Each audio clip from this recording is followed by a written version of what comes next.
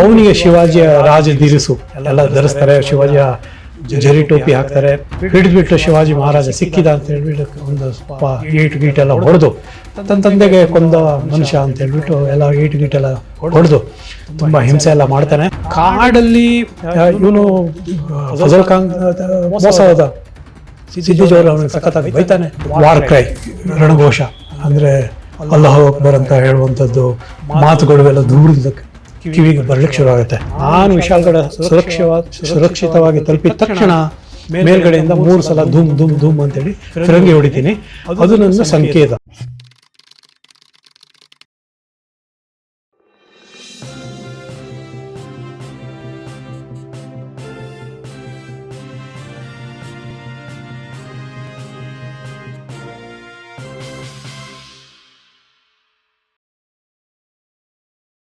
ಆ ಸಮಯದಲ್ಲೇ ಇನ್ನೊಂದು ಬಹಳ ಒಂದು ರೋಮಾಂಚಕಾರಿ ಒಂದು ಯೋಜನೆ, ಎಷ್ಟೊಂದು ಯೋಜನೆ ಮಾಡ್ತಾರೆ ನೋಡಿ ಶಿವಾಜಿ ಮಹಾರಾಜರು.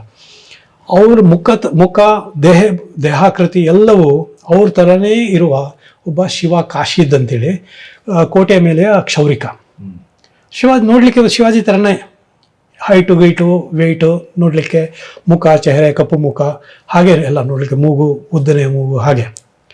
ಅವನಿಗೆ ಶಿವಾಜಿಯ ರಾಜದಿರಿಸು ಎಲ್ಲ ಧರಿಸ್ತಾರೆ, ಶಿವಾಜಿಯ ಜರಿ ಟೋಪಿ ಹಾಕ್ತಾರೆ, ಒಂದು ಕೈಯಲ್ಲಿ ಒಂದು ಖಡ್ಗ. ಅವನಿಗೆ ಪಲ್ಲಕ್ಕಿಯಲ್ಲಿ ಕೂರಿಸಿ ಶಿವಾಜಿ ಮಹಾರಾಜರು ಪಶ್ಚಿಮ ದಿಕ್ಕಿಗೆ ಹೋದರೆ ಇವನಿಗೆ ಅಪೋಸಿಟ್ ಪೂರ್ವ ದಿಕ್ಕಿಗೆ ಕಳಿಸ್ತಾರೆ. ಕಳಿಸ್ಬೇಕಾದ್ರೆ ಅವನ ಕೈಯಲ್ಲಿ ಡ್ಯೂಟಿಗೆ ದೊಂದಿ ಬೆಳಕಿಗಾಗಿ ಎಲ್ಲ ಕಳಿಸ್ತಾರೆ. ಅವನ ಜೊತೆ ಒಂದು 20 ಜನ ಸೈನಿಕರು ಪಲ್ಲಕ್ಕಿ ಇಟ್ಕೊಂಡು ಓಡ್ತಾ ಇದ್ದಾರೆ. ಇವರು ರಕ್ಷಣಾ ಗೋಪುರದಿಂದ ನೋಡುವಾಗ ಡ್ಯೂಟಿಗೆ ಕಾಣಿಸುತ್ತೆ ಪೂರ್ವ ದಿಕ್ಕಲ್ಲಿ ಓಡೋದು. ಶಿವಾಜಿ ಮಹಾರಾಜ ಸಿಕ್ಬಿಟ್ಟ ಅಂತ ಹೇಳ್ಬಿಟ್ಟು ಫಜಲ್ ಖಾನ್ ಹೋಗಿ ಕುದುರೆ ಮೇಲೆ ಹೋಗ್ಬಿಟ್ಟು ಹಿಡಿತಾನೆ. ಹಿಡಿದ್ಬಿಟ್ಟು ಶಿವಾಜಿ ಮಹಾರಾಜ ಸಿಕ್ಕಿದ ಅಂತ ಹೇಳ್ಬಿಟ್ಟು ಒಂದು ಸ್ವಲ್ಪ ಗೀಟೆಲ್ಲ ಹೊಡೆದು, ತನ್ನ ತಂದೆಗೆ ಕೊಂದ ಮನುಷ್ಯ ಅಂತ ಹೇಳ್ಬಿಟ್ಟು ಎಲ್ಲ ಗೀಟೆಲ್ಲ ಹೊಡೆದು ತುಂಬ ಹಿಂಸೆ ಎಲ್ಲ ಮಾಡ್ತಾನೆ. ಕೈ ಕಾಲು ಕಟ್ಟಿ ತರ್ತಾರೆ. ಸಿದ್ದಿ ಜೋಹರನ ಕಾಲು ಕೆಳಗೆ ಹಾಕ್ತಾನೆ.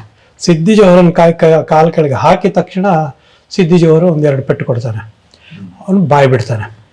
ಬಾಯಿ ಬಿಡುವಾಗಲೇ ಗೊತ್ತಾಯ್ತು ಇವನು ಶಿವಾಜಿ ಅಲ್ಲ, ಇವನು ಶಿವ ಕಾಶಿದ್ದ. ಅವ್ನು ನೋಡ್ಲಿಕ್ಕೆ ಮಾತ್ರ ಒಂಥರ ಬರೀ ಹೌದು ಡ್ರೆಸ್ ಹಾಕಿದ್ದಾನೆ ಅಂತೇಳಿ. ಇಷ್ಟೆಲ್ಲ ಅವನಿಗೆ ವಿಚಾರಣೆ ಆಗಬೇಕಾದ್ರೆ ಅಷ್ಟೆಲ್ಲ ಒಂದು ಸಾಧಾರಣ 1.5-2 ಗಂಟೆ ವೇಸ್ಟ್ ಆಗೋಗಿತ್ತು. ಆ 2 ಗಂಟೆ ಸಮಯದಲ್ಲಿ ಶಿವಾಜಿ ಮಹಾರಾಜರು ಸಾಧಾರಣ ಒಂದು ಪ್ಲೇನ್ ರೋಡ್ ಅಂತ ಹೇಳ್ತಾರಲ್ಲ, ಪ್ಲೇನ್, ಅಲ್ಲಿ ಮರ ಗಿಡ ಜಾಸ್ತಿ ಇಲ್ಲ, ಅಲ್ಲಿಂದ ದಾಟ್ಬಿಟ್ಟು ಕಾಡೊಳಗೆ ಸೇರ್ಕೊಂಡಿದ್ರು. ಈಗ ಸ್ವಲ್ಪ ಸುರಕ್ಷಿತ, ಎಲ್ಲಾದರೂ ಹೋಗ್ಬೋದು. ಕಾಡಲ್ಲಿ ಇವನು ಫಜಲ್ ಖಾನ್ ಮೋಸ ಹೋದ, ಸಿದ್ದಿ ಜೋಹರ್ ಅವನಿಗೆ ಸಖತ್ತಾಗಿ ಬೈತಾನೆ. ಹೀಗೆ ಆಯ್ತು, ನನಗೆ ಶಿವಾಜಿ ಯಾರು, ಇವರು ಕ್ಷೌರಿಕ ಯಾರು ಅಂತ ಅಷ್ಟು ಗೊತ್ತಿಲ್ಲ ನಿನಗೆ, ನನಗೆ ಸಮಯ ವೇಸ್ಟ್ ಆಯಿತು. ಈಗ ಶಿವಾಜಿ ಮಹಾರಾಜರು ಎಲ್ಲಿ ಹೋದ್ರು ಎಲ್ಲ ಕಡೆ ಹುಡುಕೊಂಡು ಎಲ್ಲ ದಿಕ್ಕಿಲ್ಲೂ ಹುಡುಕ್ತಾರೆ. ಇವನು ಸ್ವಲ್ಪ ಚಾಣಾಕ್ಷ ಸಿದ್ದಿ ಜೋಹರ್. ಅವನಿಗೆ ವಿಶಾಲ್ಗಢ ಯಾವ ದಿಕ್ಕಲ್ಲಿದೆ ಅಂತ ಒಂದು ಗೊತ್ತಿರುತ್ತೆ. ಅವನು ಖಂಡಿತವಾಗಿ ಅವನು ಪಶ್ಚಿಮ ದಿಕ್ಕ, ಶಿವಾಜಿ ಮಹಾರಾಜರು ಪಶ್ಚಿಮ ದಿಕ್ಕಲ್ಲಿ ಹೋಗಿರ್ತಾನೆ. ಎಲ್ಲರೂ ಕುದುರೆ ತಗೊಂಡು ವಿಶಾಲ್ಗಢ ಕೋಟೆ ಕಡೆಗೆ ಹೋಗಿ ಅಲ್ಲಿ ಸಿಗ್ತಾನೆ ಅಂತೇಳಿ. ಫಜಲ್ ಖಾನ್ ಒಂದು 3-4 ಸಾವಿರ ಅಶ್ವದಳ ಸೇರಿಸ್ತಾನೆ. ಬಾಕಿ ಉಳಿದ ಸೈನಿಕರೆಲ್ಲ ಊಟ ಗೀಟ ತುಂಬ ಹೊಟ್ಟೆ ತುಂಬ ತಿಂದು ಮಲಗಿರ್ತಾರೆ. ಅವರನ್ನೆಲ್ಲ ಎಬ್ಬಿಸಿ ಅವರಿಗೆ ಡ್ರೆಸ್ ಹಾಕೋದು, ಅವ್ರದ್ದು ಕೋವಿ ಅಥವಾ ಕತ್ತಿ ಗುರಾಣಿ ಅದೆಲ್ಲ ಇಟ್ಕೊಂಡು ಅವರು ರೆಡಿಯಾಗಿ ಬರುವಷ್ಟಿಗೆ 1-2 ಗಂಟೆ ವೇಸ್ಟ್ ಆಗಿರುತ್ತೆ. ಶಿವಾಜಿ ಮಹಾರಾಜರು ಕಾಡೊಳಗಿಂದ ಹೋಗ್ತಾರೆ. ಕಾಡಲ್ಲಿ ಒಳಗಿಂದ ನಡ್ಕೊಂಡು ಹೋಗ್ಲಿಕ್ಕೆ ಸುಲಭ. ಕುದುರೆ ಮೇಲೆ ಅಂತ ಹೇಳಿದ್ರೆ ಕುದುರೆ ಒಂದು 5-6 ಅಡಿ ಮೇಲೆ ಇರುತ್ತೆ. ಅದ್ರ ಮೇಲೆ ನೀವು ಕೂತ್ಕೊಂಡ್ರೆ 8-9-10 ಅಡಿ ಎತ್ತರ ಅಂತ ಹೇಳಿದ್ರೆ ಎಲ್ಲ ಮರ ಕೊಂಬೆ ಗಿಡ ನಿಮ್ಮ ತಲೆಗೆ ತಾಗತ್ತೆ, ನಿಮ್ಗೆ ಹೋಗ್ಲಿಕ್ಕೆ ಸಾಧ್ಯನೇ ಇಲ್ಲ. ಆದರೆ ಇವನಿಗೆ ಅಶ್ವದಳದ ಮೇಲೆ ಹೋಗ್ಬೇಕು ಅಂತೇಳಿ ಆ ಮರ ಕೊಂಬೆ ಎಲ್ಲ ಕಟ್ ಮಾಡಿ ಅದು ಕತ್ತರಿಸಿ ದಾರಿ ಮಾಡಿ ಹೋಗೋಷ್ಟಲ್ಲಿಗೆ ಶಿವಾಜಿ ಮಹಾರಾಜರ ಸ್ಪೀಡ್, ನಡೆಯೋ ಸ್ಪೀಡ್ 4-5 ಕಿಲೋಮೀಟರ್ ಪ್ರತಿ ಗಂಟೆಗೆ ಅಂತ ಇದ್ದರೆ, ಇವ್ರದ್ದು ಸ್ಪೀಡು ಗಂಟೆಗೆ 1 ಕಿಲೋಮೀಟ್ರು ಇಲ್ಲ ಕುದುರೆ ಮೇಲೆ. ಹಾಗಾಗಿ ಇವರು ಶಿವಾಜಿ ಮಹಾರಾಜರು ನಡ್ಕೊಂಡು ಓಡ್ಕೊಂಡು ಹೋಗ್ತಾರೆ, ಇವನು ಕುದುರೆ ಮೇಲಿಂದ ಮೆತ್ತ ಬರ್ತಾನೆ. ಶಿವಾಜಿ ಮಹಾರಾಜರು ಸಾಧಾರಣ ಒಂದು ಗೋಡ್ಕಿಂಡ್ ತಲುಪಬೇಕಾದ್ರೆ ಒಂದು ಸಾಧಾರಣ ಅದು ಅಲ್ಲಿಂದ ಒಂದು 60 ಕಿಲೋಮೀಟರ್ ದೂರ ನಡ್ಕೊಂಡು ಬಂದಿದ್ದಾರೆ. ರಾತ್ರಿ 11-11:30 ಬಿಟ್ಟಿರಬೇಕು. ಮಧ್ಯಾಹ್ನ ಮಠ ಮಧ್ಯಾಹ್ನ ಆಗಬೇಕಾದ್ರೆ ನೀರಿಲ್ಲ, ಊಟ ಇಲ್ಲ, ಓಡ್ಕೊಂಡೇ ಬಂದಿದ್ದಾರೆ. ಅವ್ರದ್ದು ದೇಹದ ದಾರ್ಢ್ಯತೆ ನೋಡಿ, ಶಿವಾಜಿ ಮಹಾರಾಜರದ್ದು ಎಷ್ಟೊಂದು ಒಂದು ಫಿಟ್ನೆಸ್ ನೋಡಿ, ಅವ್ರ ಸೈನಿಕರ ಫಿಟ್ನೆಸ್ ನೋಡಿ, ಒಪ್ಪತ್ತು ಊಟ ಮಾಡಿ ತಿಂಗಳುಗಟ್ಟಲೆ ಆದರೂ ಎಂತಹ ಶಕ್ತಿ ನೋಡಿ. ಆ ಗುಡ್ಡದ ಮೇಲೆ ನಡ್ಕೊಂಡು ಹೋಗ್ಲಿಕ್ಕೆ ನಮ್ಮಿಂದ ಸಾಧ್ಯನೇ ಇಲ್ಲ. ನಾವೀಗ ಎನರ್ಜಿ ಡ್ರಿಂಕು, ಎನರ್ಜಿ ಬಾರು ಅದು ಇದೆಲ್ಲ ತಿನ್ಕೊಂಡು ಹೋಗ್ತೀವಿ, ಪ್ರೋಟೀನ್ ಬಾರ್ ಅಂತೆಲ್ಲ, ಅದು ನಮಗೆ ಆಯಾಸ ಆಗುತ್ತೆ.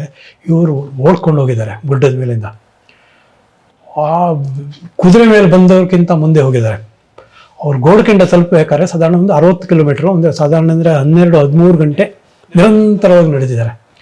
ಗೋಡ್ಕೆಂಡ ಕಣಿವೆಯಲ್ಲಿ ಅವ್ರಿಗೆ ನೀರು ಸಿಗುತ್ತೆ. ಮಳೆಗಾಲ ಹೇಗಿದ್ರು ಸ್ವಲ್ಪ ಸ್ವಲ್ಪ ನೀರು ಅಲ್ಲಲ್ಲೇ ಸಿಗುತ್ತೆ, ಗೋಡ್ಕೆಂಡದಲ್ಲಿ ಸಿಗುತ್ತೆ. ಅವರಿಗೆ ಹಿಂದ್ಗಡೆಯಿಂದ ಅವ್ರಿಗೆ ಇವರು ವಾರ್ ಕ್ರೈ, ರಣಘೋಷ, ಅಂದರೆ ಅಲ್ಲಾಹು ಅಕ್ಬರ್ ಅಂತ ಹೇಳುವಂಥದ್ದು ಮಾತುಗಳು ದೂರದ ಕಿವಿಗೆ ಬರಲಿಕ್ಕೆ ಶುರು ಆಗುತ್ತೆ. ಇವರು ಜಾಸ್ತಿ ಅಂದರೆ ಇನ್ನೊಂದು 1 ಕಿಲೋಮೀಟ್ರ್ 2 ಕಿಲೋಮೀಟ್ರ್ ಹಿಂದೆ ಇರ್ಬೋದು. ಕಾಡು ಆಗಿದೆ, ಇನ್ನು ಕಾಡು ಇಲ್ಲ. ಕಾಡು ಮುಖಾಂತರ ನಾವು 60 ಕಿಲೋಮೀಟರ್ ದಾಟಿ ಬಂದಿದ್ದೀವಿ, ಇನ್ನು ಮುಂದೆ ಕಾಡಿಲ್ಲ, ನುಣ್ಣನೆ ಬೆಟ್ಟ, ನಾವು ಸಿಕ್ಕಾಕೋತೀವಿ.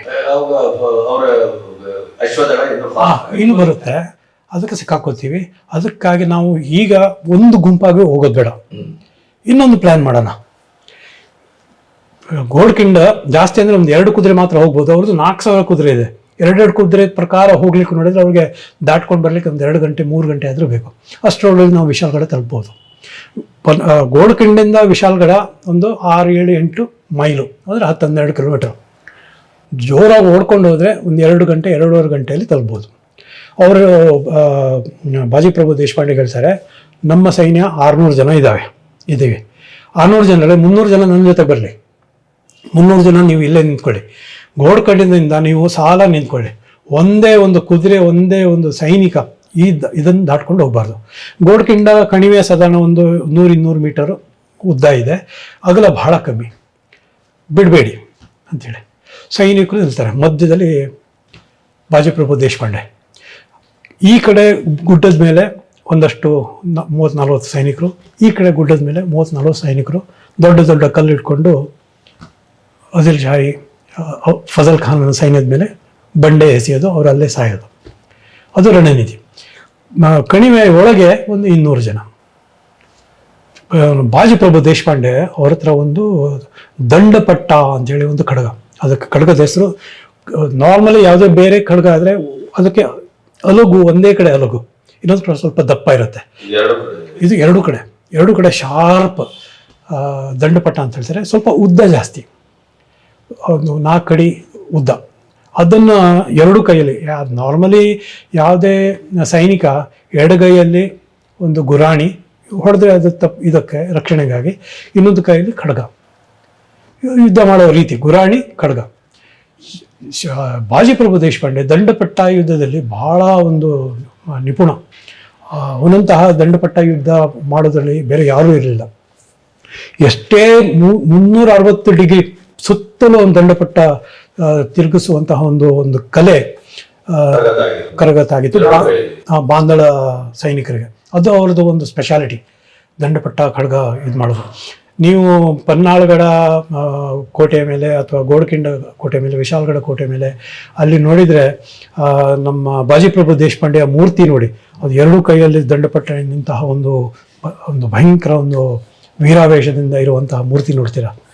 ಭಾಳ ರೋಮಾಂಚನಗೊಳ್ಳುವಂತಹ ದೊಡ್ಡ ಮೂರ್ತಿ ಅದು. ಆ ದಂಡಪಟ್ಟ ಇದು ಇಟ್ಕೊಂಡು ಹೋರಾಡ್ತಾ ಇರ್ತಾನೆ. ಒಬ್ಬರು ಬರೋದಿಲ್ಲ, ಇವರೆಲ್ಲ ಹರ ಹರ ಮಹಾದೇವ್ ಅಂತ ಕೂಗೋದು, ಆ ಕಡೆಯಿಂದ ಅಲ್ಲಾಹು ಅಕ್ಬರ್ ಅಂತ ಕೂಗು. ಇವರು ನೋಡಿದರೆ ಒಬ್ರಿಗೂ ಬರ್ಲಿಕ್ಕೆ ಆಗ್ತಾಯಿಲ್ಲ. ಒಂದು ಕುದುರೆ ಬಂತು, ಒಂದು ಒಬ್ಬ ಆದಿಲ್ ಶಾಹಿ ಸೈನಿಕ ಬರ್ತಾನೆ, ಅಲ್ಲೇ ಹತ. ತಪ್ಪಿಸ್ಕೊಂಡು ಹೋದರೆ ಹಿಂದ್ಗಡೆಯಿಂದ ಒಂದು 100-200 ಜನ ಬಾಂಗ್ಲಾ ಸೈನಿಕರಿದ್ದಾರೆ, ಒಬ್ಬರಿಗೂ ತಪ್ಪಿಸ್ಕೊಳ್ಲಿಕ್ಕೆ ಆಗಲಿಲ್ಲ. ಅವರು ಏನು ಮಾಡ್ತಾರೆ, ಅಲ್ಲಿಂದ ಈಟಿ ಎಸಿತಾರೆ.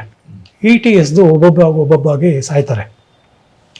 ಒಂದು ಕಡೆ ನೀರು, ಇನ್ನೊಂದು ಕಡೆ ರಕ್ತ ಹರಿತಾ ಇದೆ, ಮೇಲ್ಗಡೆಯಿಂದ ಕಲ್ಲು ಎಸಿತಾ ಇದ್ದಾರೆ. ಎಲ್ಲಿ ನೋಡಿದ್ರು ಸಾವು ನೋವು, ಎಲ್ಲಿ ನೋಡಿದ್ರು ಕಿರಿಚಾಟ, ಏನಾಗ್ತಾ ಇದೆ ಯಾರಿಗೂ ಗೊತ್ತಿಲ್ಲ. ಬಾಜಿಪ್ರಭು ದೇಶಪಾಂಡೆ ಮಾತ್ರ ಖಡ್ಗ ಬೀಸೋದನ್ನು ನಿಲ್ಲಿಸಲೇ ಇಲ್ಲ. 2 ಗಂಟೆ ಮೇಲೆ ಆಯಿತು.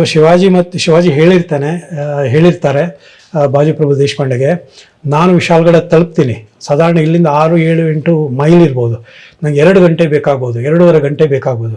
ನಾನು ವಿಶಾಲ್ಗಢ ಸುರಕ್ಷಿತವಾಗಿ ತಲುಪಿದ ತಕ್ಷಣ ಮೇಲ್ಗಡೆಯಿಂದ 3 ಸಲ ಧೂಮ್ ಧೂಮ್ ಧೂಮ್ ಅಂತೇಳಿ ಫಿರಂಗಿ ಹೊಡಿತೀನಿ.